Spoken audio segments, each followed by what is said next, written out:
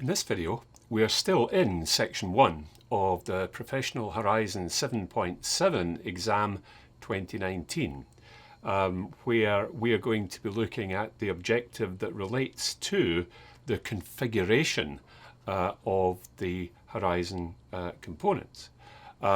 So the sort of questioning that you will have for this configuration section will be things like what are the port settings for Composer? How do you connect to and select the vCenter system that you're going to work with?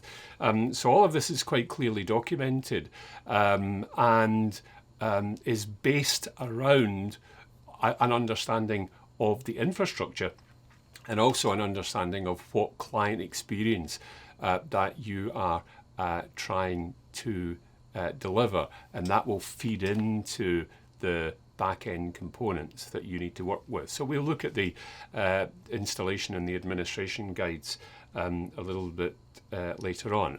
Also with Active Directory, understanding what is it you need to configure for Active Directory, so that if you get a question about something perhaps failing, or how do you provide somebody with access to this or that, then knowing how that is affected by Active Directory is quite important.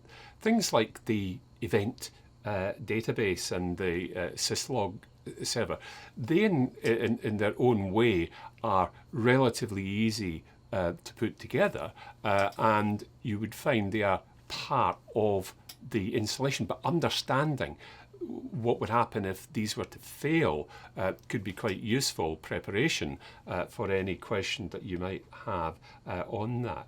Also understanding the storage accelerator, we'll have a look at the documentation for that in a bit as well. That'll give you good grounding for questions on storage in general. Same with SSL. Printing. Probably a good idea to get to understand how printing works. The sort of printing questions that you might have will often relate to how is the desktop configured. So getting a good understanding of the desktop configuration, perhaps being aware of the types of driver, like the native print driver would be a good idea as well. And then in order to optimize the user experience, for you, a good understanding of the architecture of the bits that work together, the protocols that are used, for example, to connect to clients, what are their capabilities as well. 3D rendering, thinking about how you might achieve that and what the impact on the client for that will be. So a look at the architecture document is going to be useful for you for these as well. Same for security. The architecture document will give you a good insight into how the parts of Horizon work together, so that you can then secure them, perform authentication, understand the authentication capabilities, so that you can understand questions on particular aspects of that. And also for multi-site, multi-pod, there is a multi-site reference architecture document that is very useful, very helpful to understand that, that we will look at as well. So let's have a look at the documents that I've suggested for this. So the first document I'm going to look at is the Horizon multi-site reference architecture, because what this does for us, it shows us all of the component parts of Horizon, but also shows them in an expanded situation, so a multi-site environment or a scaled environment.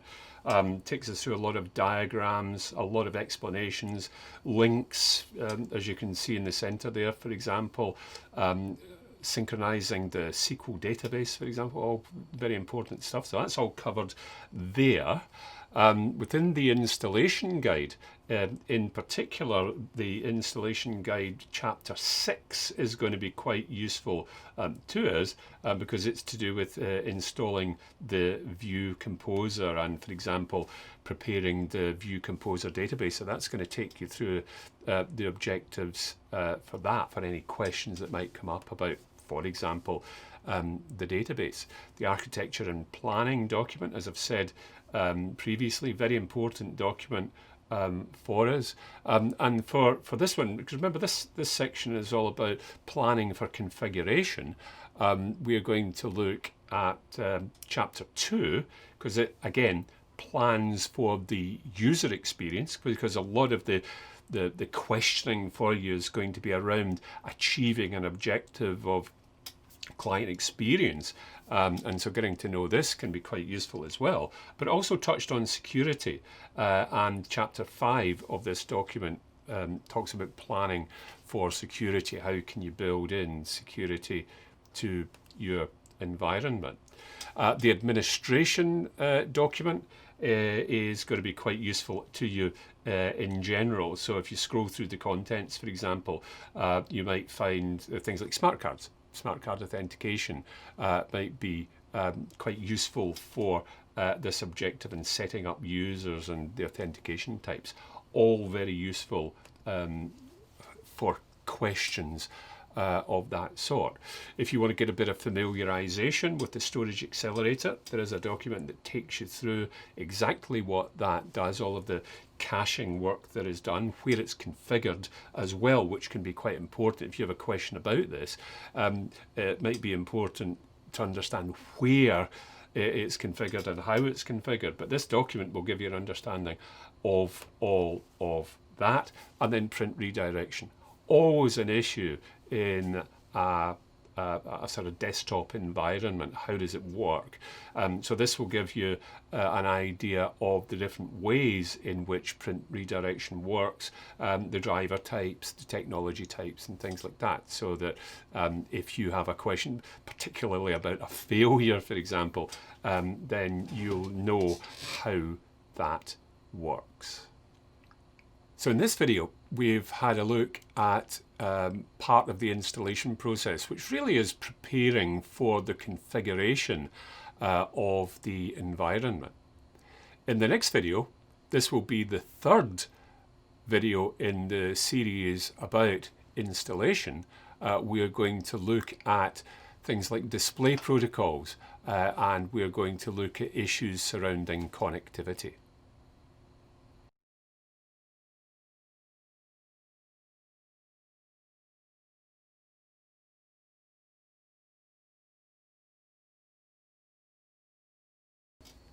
In this video, we're going to look at the third part of our treatment of the installation of Horizon, which is dealing with section 1 of the objectives for Professional Horizon 7.7 exam 2019.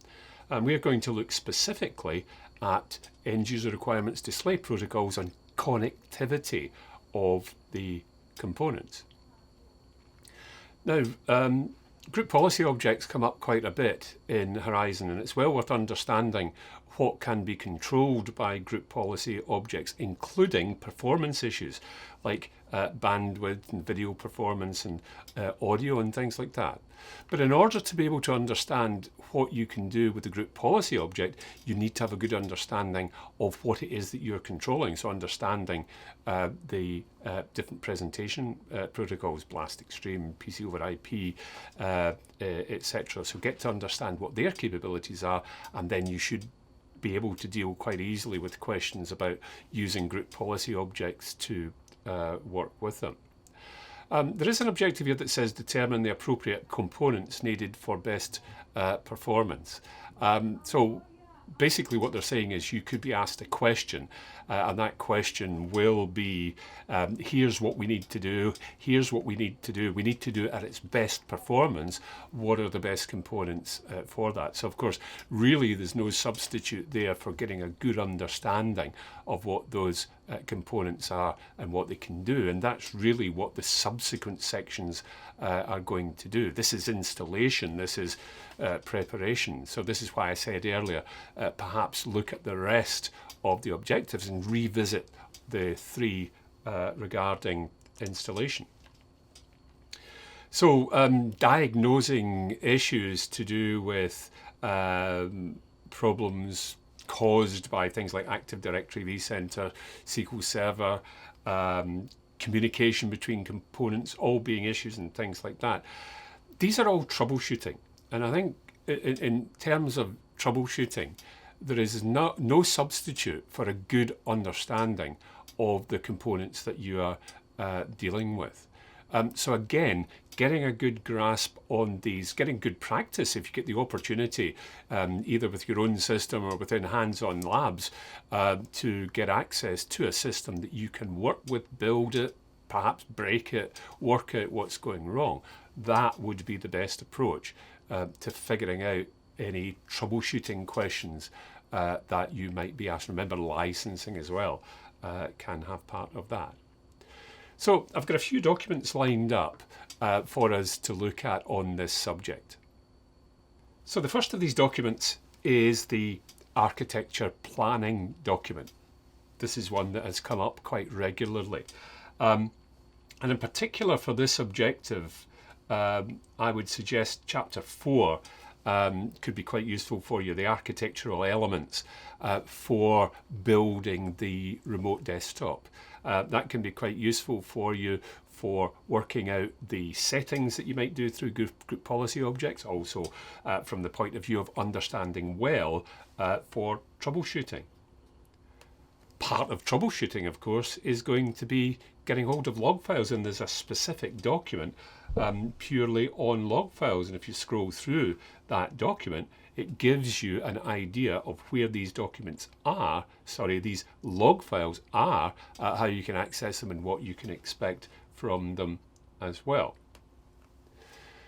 The view administration document, of course, covers lots of ground, lots of issues, but if we scroll right down towards near the end, notice chapter 14 is all about troubleshooting, and it looks at troubleshooting health events, and then it talks you through support requests and smart card, all of the issues that you might be faced with in terms of having to answer questions about problem situations within View.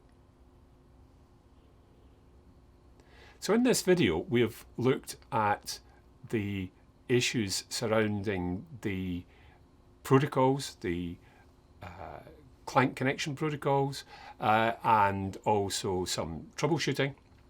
And what we're going to do in the next video is going to look at section 2, which is where we start to look at pools, where we're going to look at configuring and managing pools, and we're also going to look at remote desktop servers as well.